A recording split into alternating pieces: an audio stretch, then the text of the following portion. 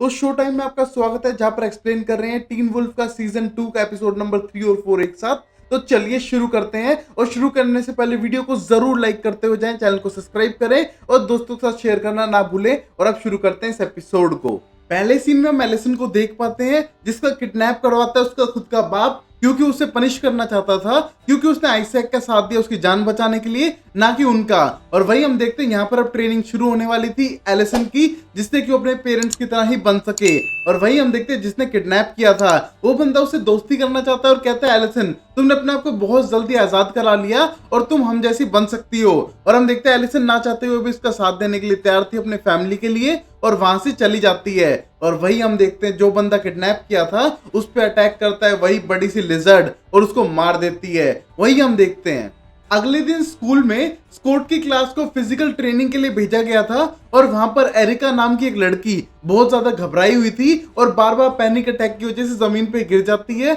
और लोग उस पर हंसना शुरू करते हैं। और ये देख के सबको बुरा लगता है, बट यहाँ पर हम देखते हैं एरिका अकेले में भी ट्राई करने की कोशिश करती है और उसको पैनिक अटैक आके वो गिरने लगती है और यहाँ पर स्कोट उसकी जान बचाता है। बट हम देखते हैं उसकी हालत इतनी थी कि उसको हॉस्पिटलाइज किया गया, और वहां पर हम देखते हैं स्कोट की मोमो से हेल्प कर रही है और वो एक रेगुलर पेशेंट है कि उसको एंजाइटी होती है और उसको हेल्थ इश्यूज बहुत लंबे टाइम से चलने लग रहे थे। वही हम देखते हैं डेरिक वहां पर आता है और उसको ऑफर देता है वेयरवुल्फ बनने का, जिसको शायद एरिका मना ना कर सके क्योंकि उसको एक नई लाइफ मिलेगी, नई पावर मिलेगी, और यहाँ पर लोग अब उसके ऊपर हंसेंगे नहीं और उसे बुली भी नहीं करने वाले हैं क्योंकि उसके पास पावर होगी। और वही हम देखते हैं जैक्सन को जो गुस्सा है क्योंकि उसके अंदर ऐसे कोई भी फीचर नहीं आए हैं और स्कूल में स्टाइल और स्कोट की बातें सुन रहा है कि किस तरह आइजैक को भी टर्न कर दिया डेरिक ने, और यहाँ पर जैक्सन टर्न नहीं हुआ है तो उसको बहुत ज्यादा गुस्सा है। अपने दोस्त का कैमरा भी गलती से उसने तोड़ दिया था गुस्से में आके, और वहां पर हम देखते हैं वो चाहता है जानना कि उसके साथ प्रॉब्लम क्या है। और वहीं साइंस क्लास में पढ़ते हुए उसको समझ आता है शायद वो इम्यून हो चुका है किसी की वजह से, और वो ब्लेम करता है लिडिया को क्योंकि लिडिया पे भी उसका कोई असर नहीं हुआ था। लिडिया के पास जाता है, उस पर चिल्लाता है और कहता है कि तूने मेरी जिंदगी खराब कर दी है, जहां पर वो लिडिया को ब्लेम करता है कि उसके पास होने से शायद उसके अंदर वेयरवुल्फ वाले फीचर नहीं आ पाए हैं और उसकी वो साइड सप्रेस होकर रह गई है। यही हम देखते हैं लिडिया को कुछ नहीं पता था और डर जाती है इतनी डांट सुनने के बाद, और यहाँ से जैक्सन जा चुका था। और वहीं स्कूल से आइजैक 2 दिन से गायब है और सब लोग ढूंढना चाहते हैं कि वो गया कहाँ है क्योंकि उसका कोई अता पता नहीं है। वहीं हम देखते हैं लिडिया को इतनी डांट सुनने के बाद वो घबराई तो हुई थी, वहां से जाने की कोशिश करती है, बट तभी उसे पीटर की आत्मा दिखाई देती है जिसको देख के वो डरने लगती है क्योंकि कहीं ना कहीं वो उसे इशारा कर रही थी उसके तरफ आने का। और ये देख के लिडिया को समझ नहीं आ रहा है कि उसके साथ ये सब हो क्या रहा है। और वहीं हम देखते हैं स्टाइल्स को जो प्लान बनाता है एक डबल डेट के लिए, जहां पर वो लिडिया, स्कोट और एलिसन एक साथ टाइम बिता सकेंगे स्केटिंग ग्राउंड पे। वहीं हम देखते हैं उसकी चाबी बॉयड नाम के लड़के से लेता है $50 के बदले में। वहीं हम देखते हैं पूरा प्लान बताता है स्कोट को, यहाँ पर स्कोट इस प्लान में शामिल था, बट तभी उनकी नजर पड़ती है एरिका पे जो बिल्कुल ही बदल चुकी थी, एकदम हॉट हो चुकी है, और यहाँ पर वो इशारा देने के लिए आई है सिर्फ स्कोट को। वहीं हम देखते हैं स्कोट उसका पीछा करते हुए बाहर जाने लगता है और पता लगता है कि उसको शायद टर्न कर दिया वेयरवुल्फ में, और वो एकदम स्मार्ट और कॉन्फिडेंट हो चुकी है और डेरिक के साथ गाड़ी में वहां से चली जाती है।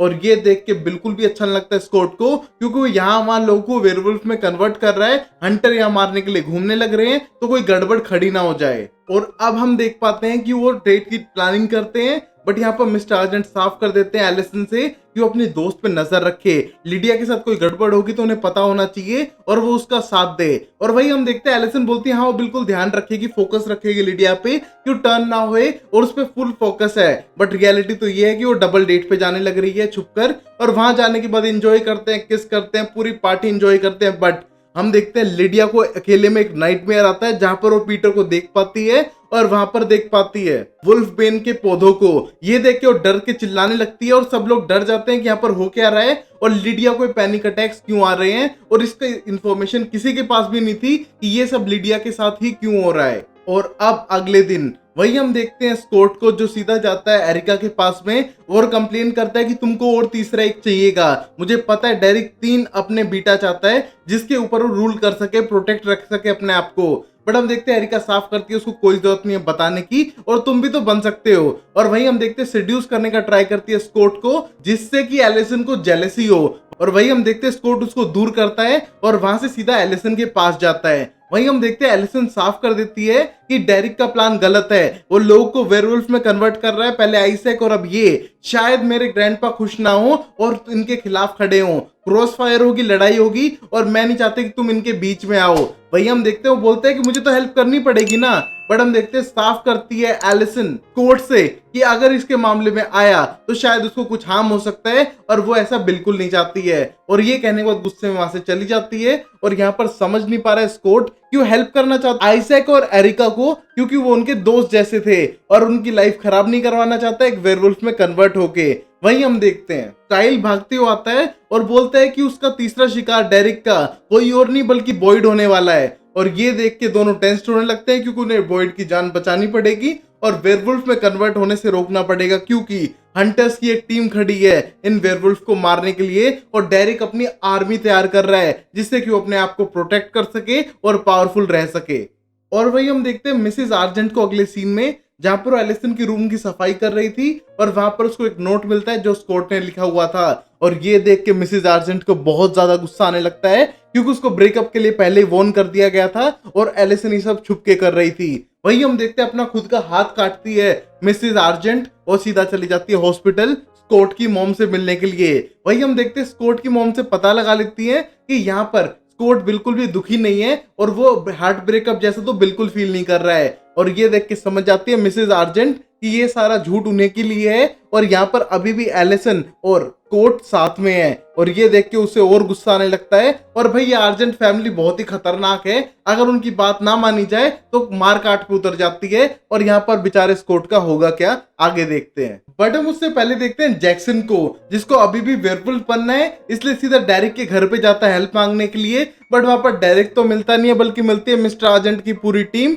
और वहां पर मिस्टर आर्जेंट को साफ कर देते हैं कि अगली बार यहाँ नजर आए तो बहुत सुताई होने वाली है उसकी। और हम देखते हैं जैक्सन को बेइज्जती करके वहां से भेज देते हैं। और यहाँ पर अब मिस्टर आर्जेंट लेके जाते हैं उस लाश को जो उसके बंदे की थी वहां पर हॉस्पिटल में, बट नॉर्मल नहीं, इस बार वो लेके जा रहे थे वेटनरी के पास और बोलते हैं मुझे पता है कि तू इन सब चीजों के बारे में जानता है, इनको हेल्प करता है और तुझे बताना पड़ेगा कि ये किसने किया है, वेयरवुल्फ तो बिल्कुल नहीं लगता है। और हम देखते हैं ना चाहते हुए वेटनरी हेल्प करने की सोचता है बट उनको बोलता है कि तुम यहाँ से चले जाओ तो ज्यादा बेटर है, क्योंकि वो कोई भी कॉन्फ्लिक्ट नहीं चाहता है यहाँ पर और उसको इसके बारे में कुछ नहीं पता है और ये कौन सा मॉन्स्टर है जो इतनी बुरी हालत कर सकता है किसी की। और वहीं हम देखते हैं स्टाइल्स को जो सीधा बॉयड को बचाने के लिए उसके घर जाता है और पता चलता है बॉयड तो घर पे है ही नहीं और वहां पर वेट कर रही थी उसकी एरिका, जहां पर हम देखते हैं उसकी गाड़ी खराब करती है, उसको बेहोश करके एक कचरे के डिब्बे में फेंक के चली जाती है। और यहाँ पर एरिका ये सब डायरेक्ट के कहने पे कर रही थी। वहीं हम देखते हैं उसको ढूंढते हुए जाने लगता है कोर्ट उसी आइस स्केटिंग ग्राउंड के अंदर और वहां पर हम देखते हैं बॉयड को समझाने का ट्राई भी करता है बट वो लेट हो चुका था। यहाँ पर डेरिक आ चुका है आइजैक और एरिका को लेकर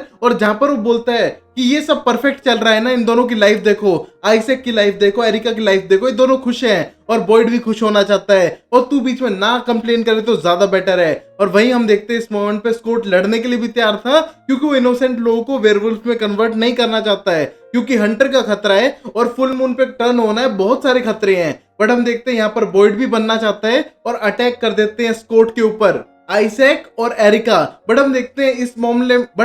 मामले में स्कॉट जीत जाता है दोनों से और ये देख के बहुत ज्यादा इंप्रेस था डेरिक। बट इस बार गुस्से में आने के बाद खुद वेयरवुल्फ वाली फॉर्म लेता है और यहाँ पर हरा देता है स्कॉट को और बता देता है कि यहाँ पर वो अल्फा है, यहाँ पर उसकी चलने वाली है। और वहीं पर हम देखते हैं बॉयड भी फैसला कर लेता है कि वो भी ऐसे ही बनेगा पावरफुल एक वेयरवुल्फ। और ये देखने के बाद स्कॉट हार चुका था सिर्फ डेरिक से। हम देखते हैं आने के बाद अपने वेटनरी से बात करना चाहता है, जहां पर वेटनरी बोलता है चलो अब इसके बारे में बात करने का टाइम आ गया है, मैं बहुत लंबे टाइम से इग्नोर कर रहा था बट तुम्हें सब कुछ सच बताना पड़ेगा और जो तुम्हारे घाव है वो इस तरह हील नहीं होने वाले हैं क्योंकि वो अल्फा ने दिए हैं। और लेट्स डिस्कस कि ये कौन सा नया मॉन्स्टर है जो टाउन में अभी आ चुका है। और हम लास्ट सीन में देख पाते हैं जैक्सन को जो अपनी स्ट्रेंथ पाना चाहता था और उस वजह से बहुत ज्यादा गुस्सा था, वो यहाँ पर मैच की प्रैक्टिस भी करता है और गुस्से में आने के बाद अपनी गाड़ी को उठाने की कोशिश करता है और वो कुछ हद तक उठा भी देता है। इसका मतलब उसके पास कुछ तो स्ट्रेंथ आई है, वो वेयरवुल्फ ना बना हो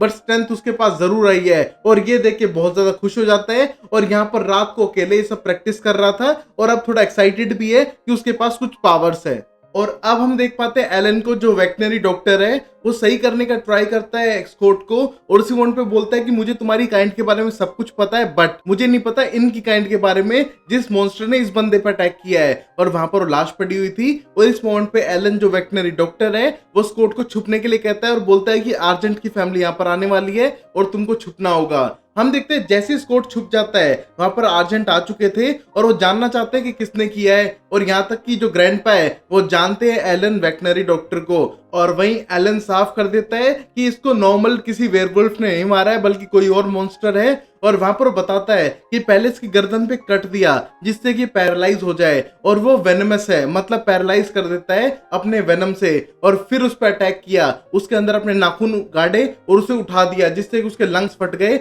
और इसकी मौत हो गई है। बट उसको इसको खाना चाहिए था जो इसने नहीं किया है, मतलब जो मॉन्स्टर है वो सिर्फ मजे के लिए शिकार कर रहा है या फिर किसी रीजन से। अगर वो रियल मॉन्स्टर होता तो शायद इसे खा भी लेता, बट शायद वो सिर्फ शिकार करने के मकसद से बाहर निकला है, और ये हम सबके लिए खतरनाक है। और वहीं हम देखते हैं ग्रैंडपा बहुत ज्यादा गुस्सा दिखाई दे रहे थे, और वहीं पर स्कॉट भी ये सारी बातें छुप के सुनने लग रहा था। और अब वही हम देखते हैं स्टाइल्स को, जो अपनी गाड़ी सही करवाने आए क्योंकि एरिका ने तोड़ दी थी। वहीं हम देखते हैं उसको सही कराते इसमें थोड़ा गुस्सा था क्योंकि उसका खर्चा ज्यादा हो गया है, और बाहर जाके वेट करने जाता है और गेट पे एक सलाइवा सा लगा हुआ था, और ये देख के स्टाइल को और गुस्सा आने लगता है और बाहर जाके बैठ के अपना फोन चला ही रहा था। बट तभी उसे वही बड़ा सा रेप्टाइल दिखाई देता है, और उस लिजर्ड को देखने के बाद वो डर के फोन मिलाना चाहता है तो बट वो कर नहीं पाता है। वही हम देखते हैं उसकी बॉडी पैरालाइज होकर जमीन पे गिर जाता है, और वो देख पाता है कि किस तरह वो बड़ी सी लिजर्ड मार देती है उस मैकेनिक को। वही हम देखते हैं इस टाइम पे 911 पे कॉल कर पाता है उसकी उंगली की मदद से, और कहीं तो इसकी उंगली काम आई गाइस,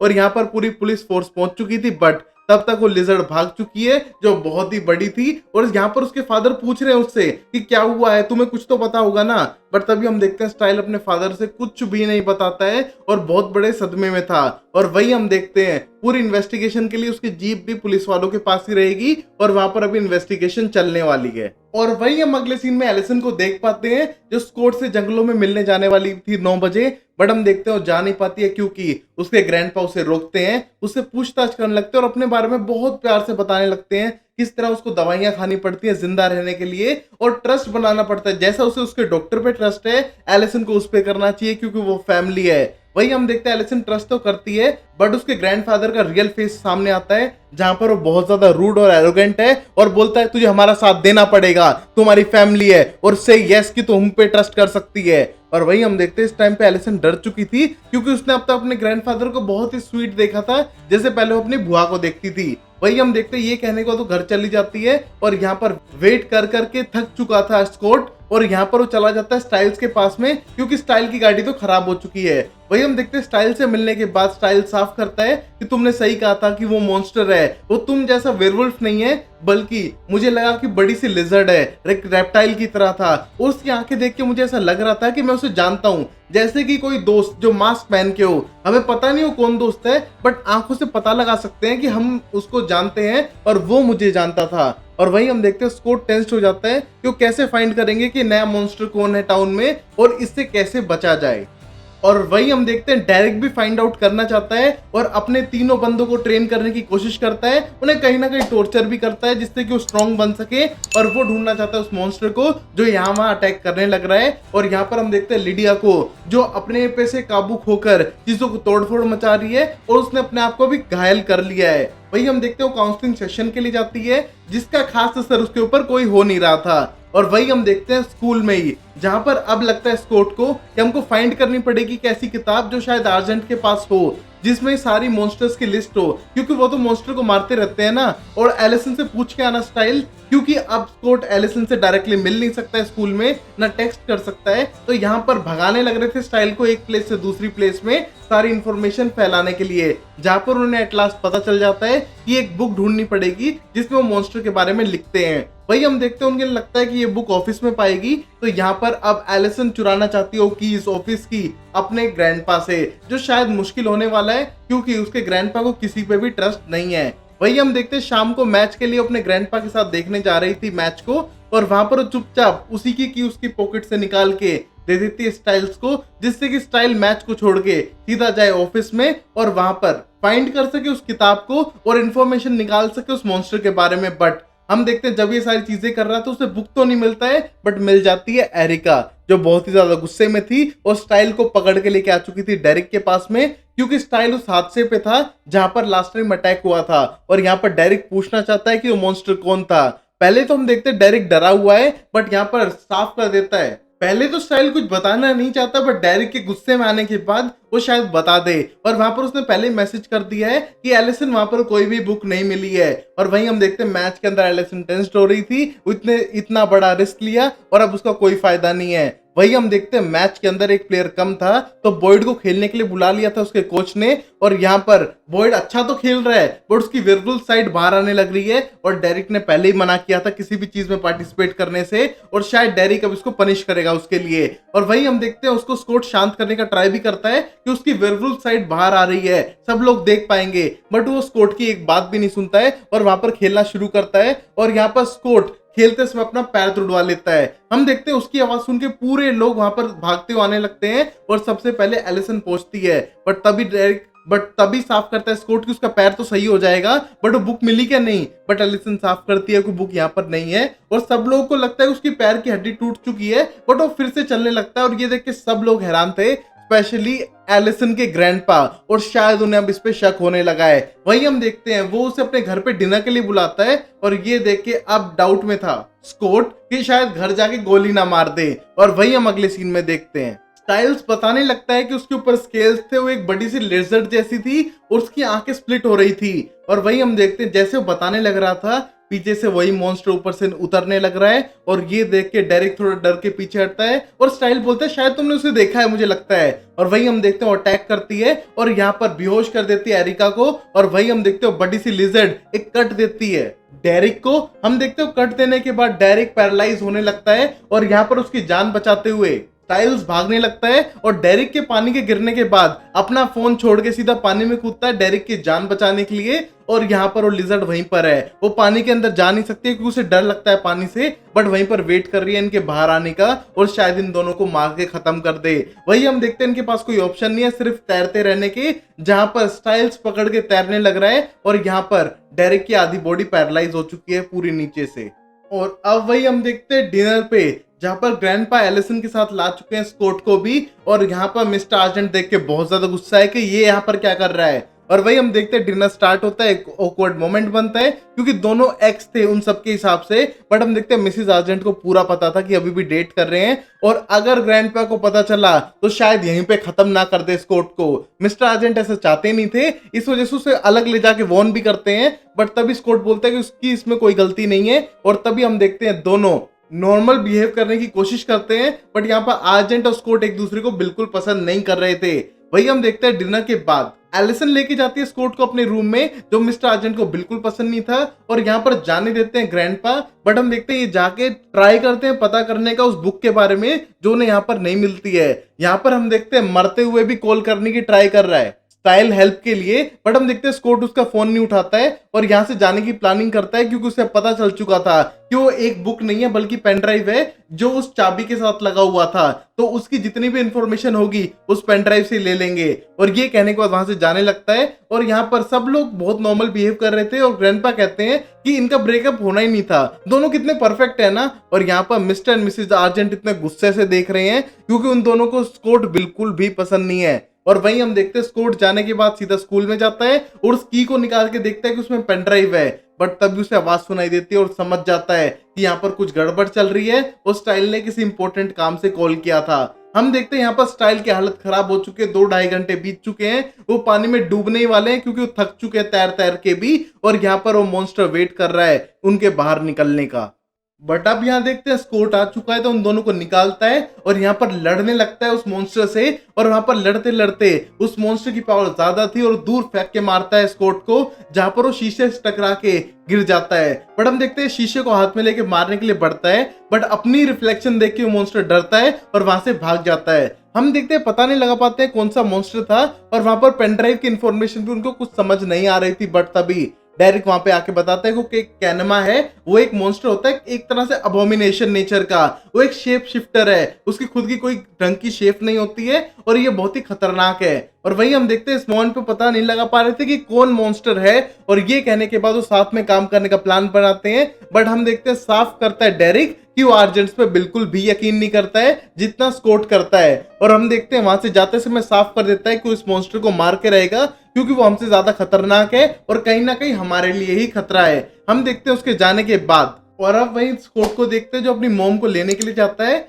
और वहां पर हम देखते हैं पहुंच चुके थे ग्रैंडपा और उसको चाकू मार के कहते हैं कि मुझे पता है कि तू एक वेयरवुल्फ है, बट थिंग इज मुझे मारने में तुझे ज्यादा मजा आएगा, बट तुम्हें नहीं लगता होगा कि मैं इतना एंग्री और गुस्से वाला हो सकता हूँ क्योंकि मैं बहुत अच्छी एक्टिंग करता हूँ अच्छे बने रहने की, एक अच्छे ग्रैंडपा बने रहने की। और वही हम देखते हैं उसे वॉर्न करते हुए जाता है कि अगर उसने कोई लिमिट क्रॉस की तो शायद उसकी माँ को भी मार दे, और ये कहने के बाद चाकू निकालता है और उसको वहां पर छोड़ के चला जाता है। और यहाँ पर हम देखते हैं स्कॉट डर चुका था कि भाई ये तो आर्जेंट से भी खतरनाक है, और यहीं पर यह एपिसोड खत्म होता है। और शायद अब डेट करना उसके लिए और भी मुश्किल हो जाएगा एलिसन को, और शायद उसे ब्रेकअप ना करना पड़ जाए, और ये सोचते हुए टेंशन होने लग रहा था और उसका खून बहे जाने लग रहा है, और वहां पर हील होने में टाइम भी लग रहा था उसे। और यहीं पर उसकी मॉम जानना चाहती है उसके साथ क्या हुआ जो ऐसा हैरान खड़ा है, बट वो कुछ भी अपनी मॉम को नहीं बताता है।